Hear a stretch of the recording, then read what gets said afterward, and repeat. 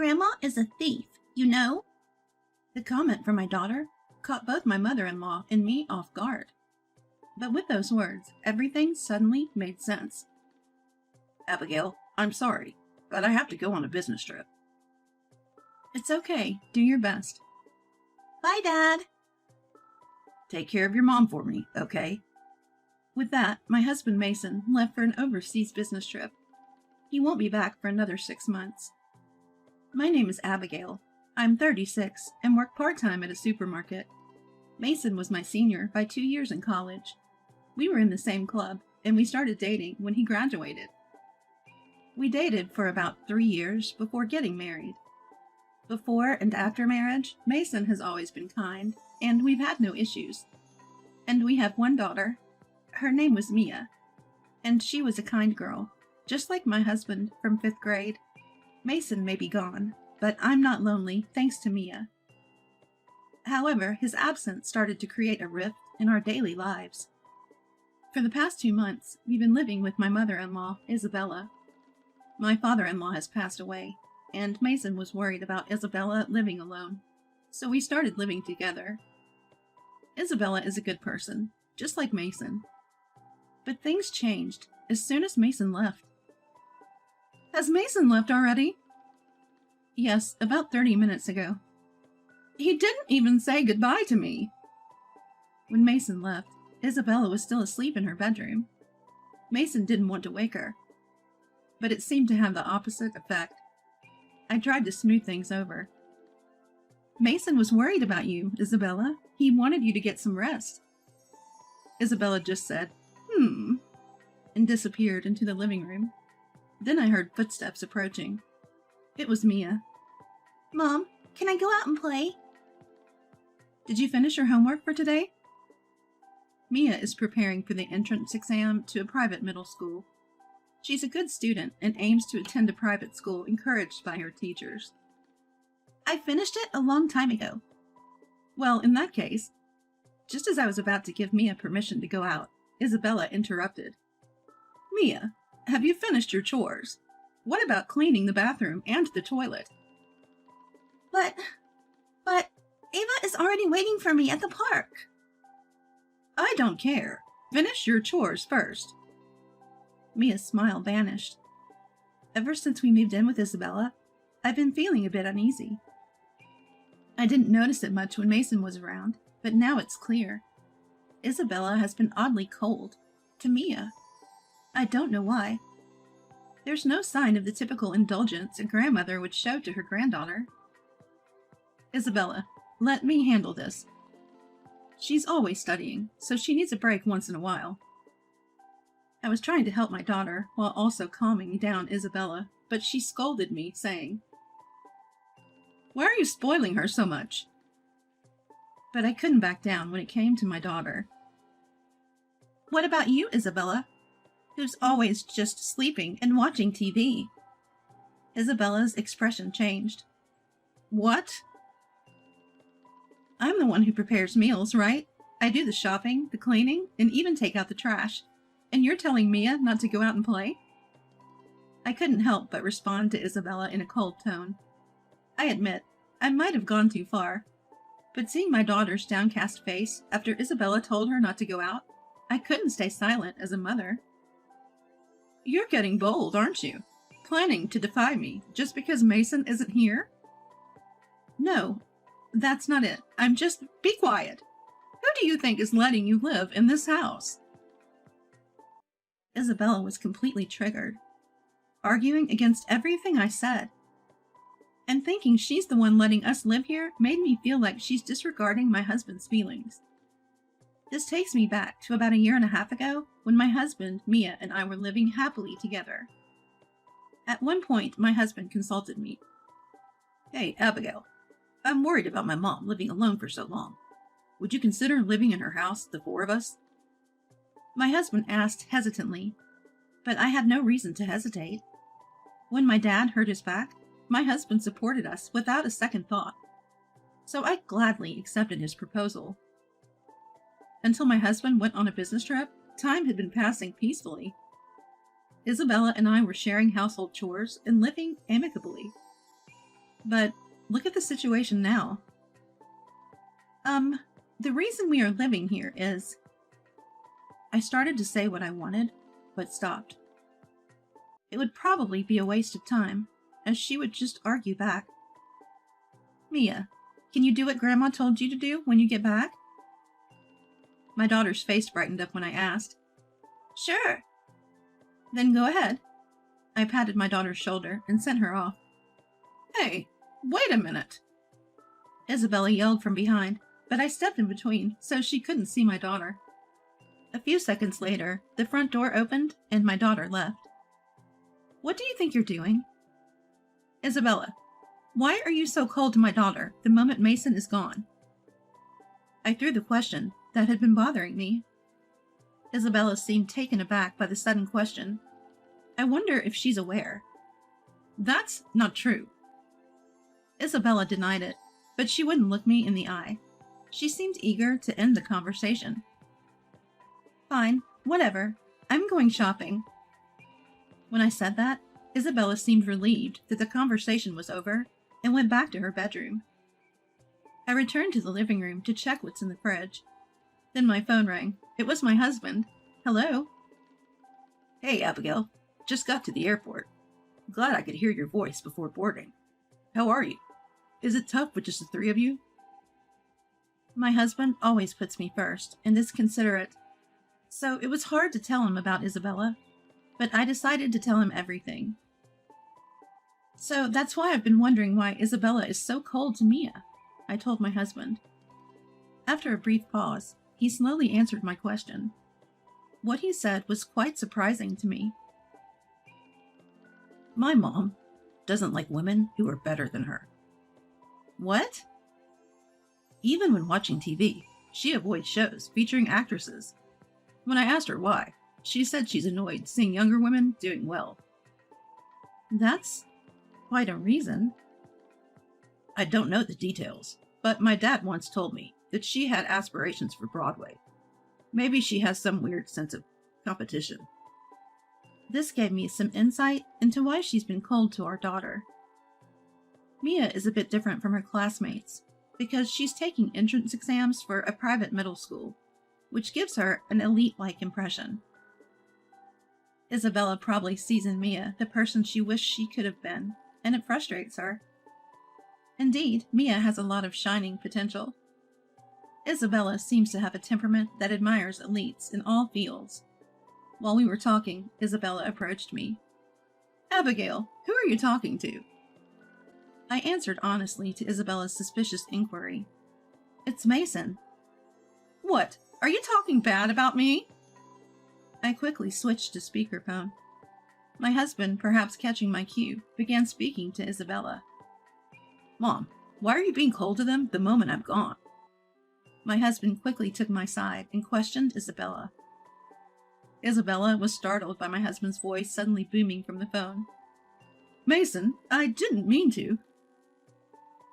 I know you don't mean any harm, but they're my precious wife and daughter.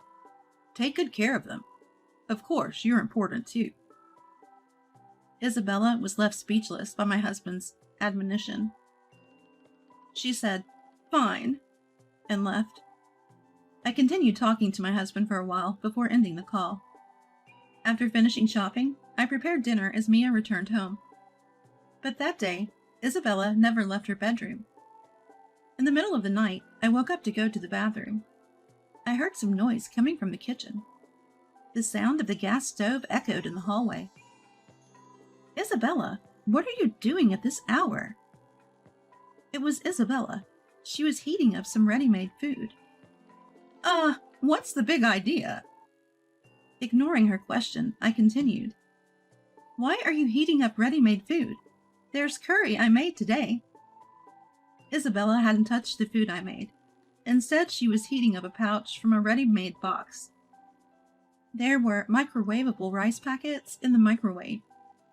Of course, I cook rice in a rice cooker. I don't want to eat food from someone who only takes Mia's side. That one sentence created a rift between us. Isabella started cooking her own meals, and the emotional distance between us grew instantly. Time passed, and it was the winter of the 5th month since my husband went on his business trip. Mia took the entrance exams for her private middle school. She not only passed, but also topped the entrance exam scores. Mia, that's amazing! Let's eat something special to celebrate today. Something special? Mia's eyes sparkled. When I asked her what she'd like, she said without hesitation. Steak, and make it a really good one, she said. I accepted her request with a smile and decided to buy steak for dinner the next day. On my way home from work, I ordered a premium steak at a nearby steakhouse. Your total is $85. That's odd. I thought I had a $100 bill in here. But I'm $10 short. Can I run to the bank real quick? I felt embarrassed. My wallet was lighter than I'd thought. That was when the restaurant owner stepped in. Is this for your daughter's celebration? Can't let my reputation as a man go down over $10. Consider this as a gift for your daughter. Your total is now $75.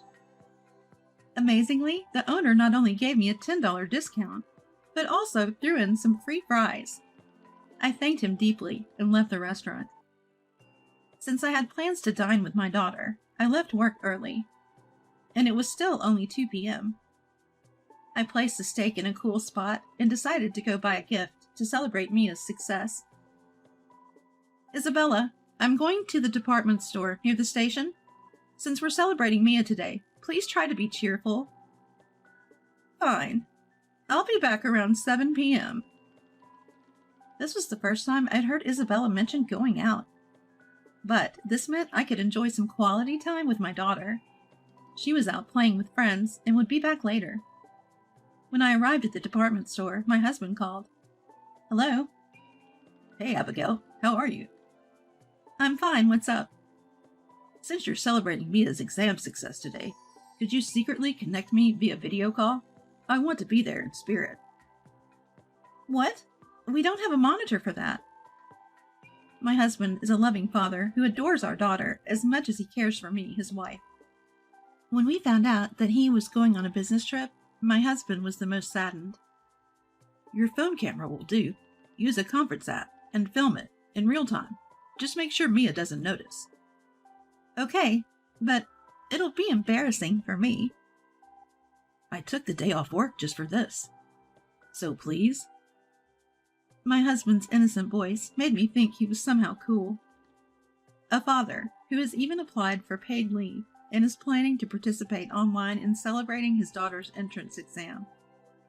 All right, I agreed, smiling. For the gift, I decided to buy a stationery set. Shopping while imagining my daughter's happy face was exhilarating. Your total is $40. That's strange. I thought I had $50. Did I drop it at home? I had intended to put $150 from the money at home into my wallet, but only a $100 bill was in there.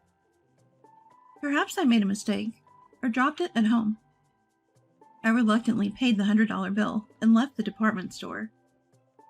When I got home, I set up my phone as promised with my husband and launched the app. 10 minutes later, my daughter came home. Mia, dinner will be ready soon. Steak? Yes, your favorite steak, Mia happily replied. Yay! I glanced at my phone and saw my husband's face on the small screen, smiling happily.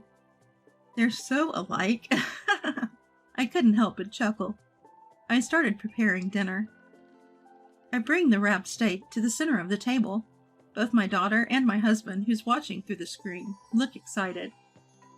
But something feels off to me. Is it lighter than before?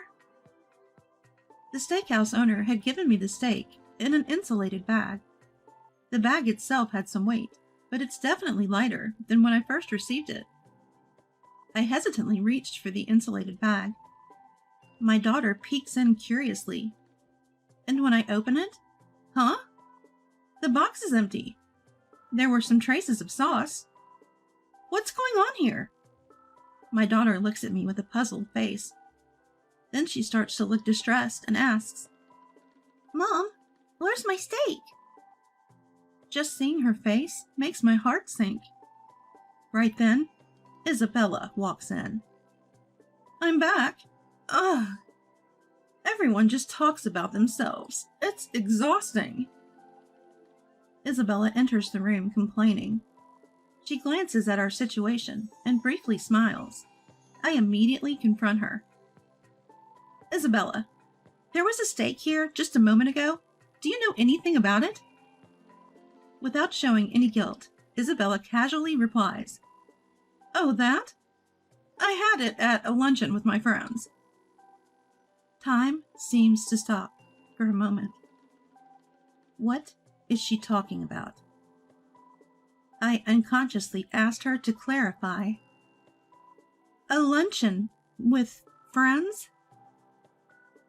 Yes, I had lunch with some local friends. We each brought a dish. I saw the steak and thought it'd be perfect. I transferred it to a lunchbox. Here's the lunchbox. I'll wash it. So stop glaring at me. I don't even know where to begin with her explanation. There's so much I want to ask. But before I can say anything, my daughter speaks up. Grandma, you're a thief. I quickly turn to look at my daughter. Isabella looked shocked. What did you just say, Mia? I said, you're a thief, Grandma. What is that? Isabella is 72 years old, and my daughter is just 12. Despite the 60-year age gap, Isabella is visibly shaken by my daughter's words. Because this was my steak. Mom bought it for me to celebrate. Taking it without asking is stealing. You're a thief, Grandma. Mia, if you ask me. Isabella loses her temper. But my daughter is right. Isabella is just angry because her pride is hurt. Also, Grandma, you've been taking money from my mom's wallet, haven't you? What?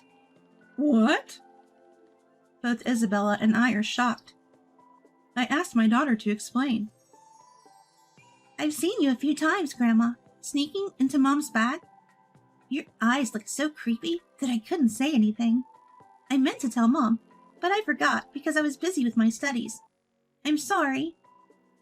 My daughter apologizes, even though she's the one who caught the thief. It's okay, Mia. You're not at fault. Everything starts to make sense. Isabella must have been stealing from me today as well. Isabella, what's going on? Do you have any proof? Mia, are you trying to frame me? I won't let you get away with it just because you're a child. Isabella goes on the offensive, and my daughter looks scared. Of course, I defend her. We may not have concrete proof right now, so how about we request a fingerprint analysis? My wallet is new. There shouldn't be any fingerprints inside it other than mine. If we find yours, you're guilty. Is that okay? I don't want to do that.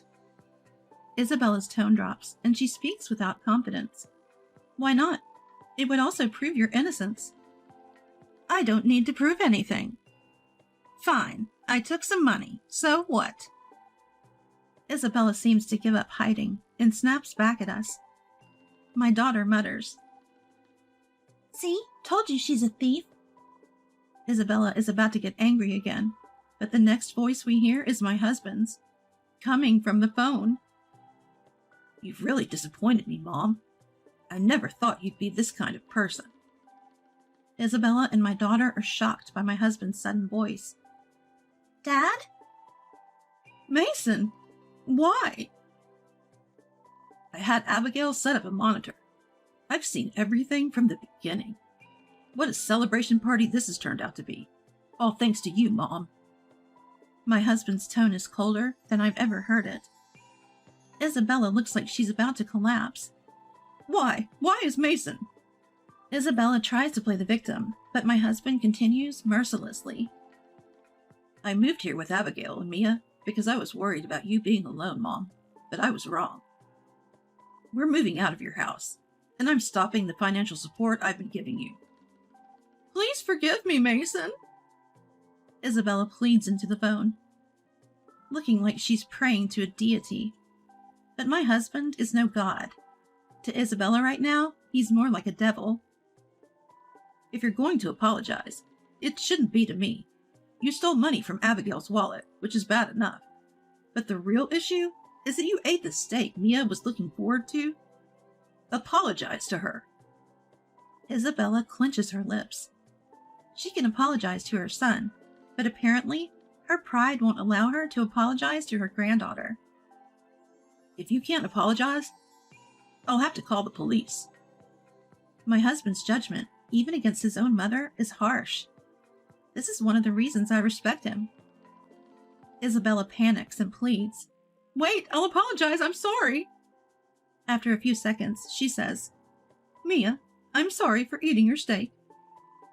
But my daughter's response is, I hate you, Grandma. Isabella has lost our trust and any affection from her granddaughter. Abigail, go get another steak for Mia. Take her to the restaurant if you want. And Mom, we're still moving out, and I'm stopping the financial support.